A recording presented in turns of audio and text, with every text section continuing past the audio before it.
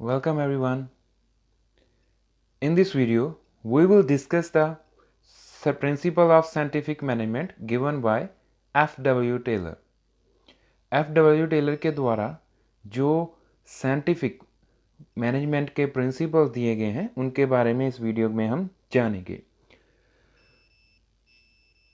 F.W. Taylor ने 1909 में एक बुक पब्लिश की थी जिसका नाम था the principle of scientific management. उन्होंने अपनी सारी रिसर्च वर्क का जो काम था इसी बुक के थ्रू जो है हम तक पहुंचाया है। In this book, he suggests that productivity would increase if jobs were optimized and simplified. He also proposed matching a worker to the particular job that suited the person's skill level and then training the worker to do that job in a specific way. तो जो F.W. Taylor थे वो काफ़ी पढ़ी लिखी family से belong करते थे। उनके फादर जो एक लॉयर थे और उनकी मदर भी एक अच्छी जॉब पोजीशन पे काम कर रही थी।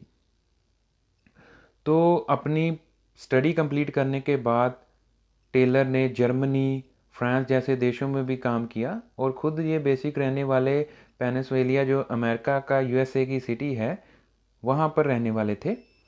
तो इन्होंने एक मिडवेल स्टील वर्क्स जो थी वहाँ पे शॉप फ्लोर पे इन्होंने काम किया था और अपने काम के दौरान इन्होंने वर्कर्स को जो काम करने वाले थे उनको अच्छे से जांचा परखा और उनमें क्या क्या खामियां थी, क्या क्या इम्प्रूवमेंट की ज़रूरत थी, वो सभी अपनी इन्होंने एक्सपीरियंस में अपनी इस बुक में लिख दिया।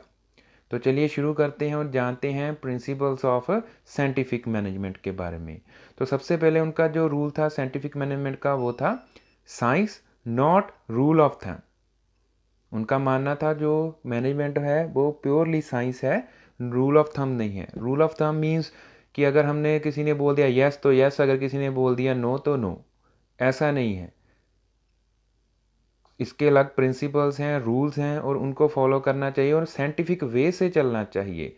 यस नो थंब वाला रूल जो है वो नहीं चलेगा। मैनेजर्स जो हैं वो अपने वर्कर्स पर अपनी मर्जी नहीं थोप सकते। अगर मैनेजर की इच्छा होगी यस की तो काम यस होगा, अगर मैनेजर की नो होगी इच्छा होगी तो नो होगा। ये बिल्कुल नहीं होगा। मैनेजमेंट के रूल्स अप्लाई होंगे, उनको सबको फॉलो करना पड़ेगा।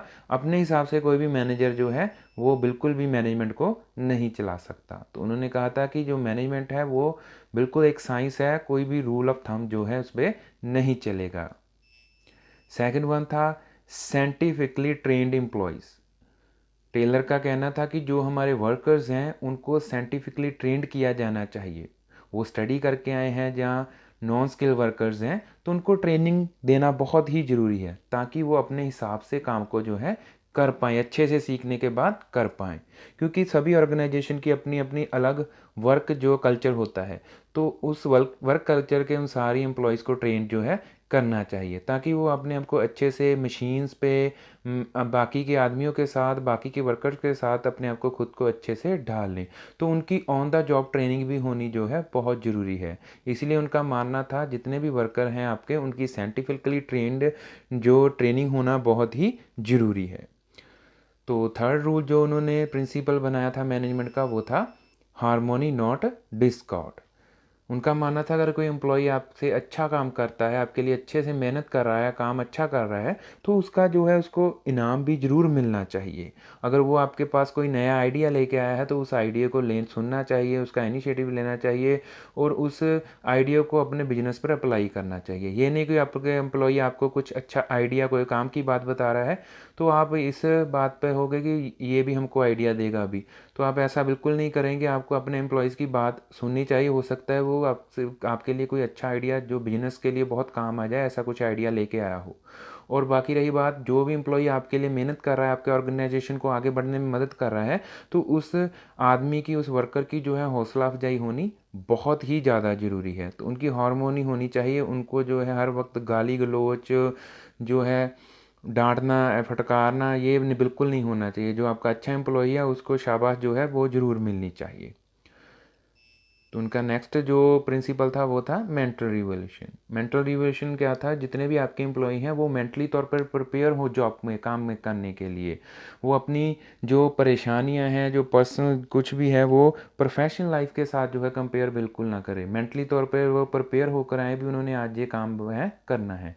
इसके अलावा उनके मन में कोई भेदभाव ना हो किसी के प्रति, जात पात, ऊंच नीच का, हायर स्टडी का, लोअर स्टडी का, ऐसा मन में कुछ भी नहीं होना चाहिए।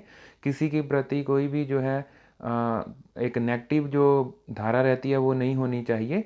तो सभी जो एम्प्लॉयज़ हैं वो मेंटली तौर पर प्रिपेयर होकर आए कि हमने ऑर्गेनाइजेशन के लिए काम करना है और अच्छे से काम करना है। टेलर ने इससे रिलेटेड जो है कुछ एक्सपेरिमेंट भी किए थे अपनी मिड वेल्स की जॉब के दौरान। तो वो जो उन्होंने एक्सपेरिमेंट किए थे, उन एक्सपेरिमेंट के बेस पे ही उन्होंने वर्कर पर जो एक्सपेरिमेंट किए थे उनके बेस पे ही ऊपर ये जो प्रिंसिपल्स हैं उन्होंने बनाए हैं। तो वो जो उन्होंने किए थे एक्सपेरिमेंट, वो नेक्स्ट वीडियो में हम ज़रूर अपलोड करेंगे।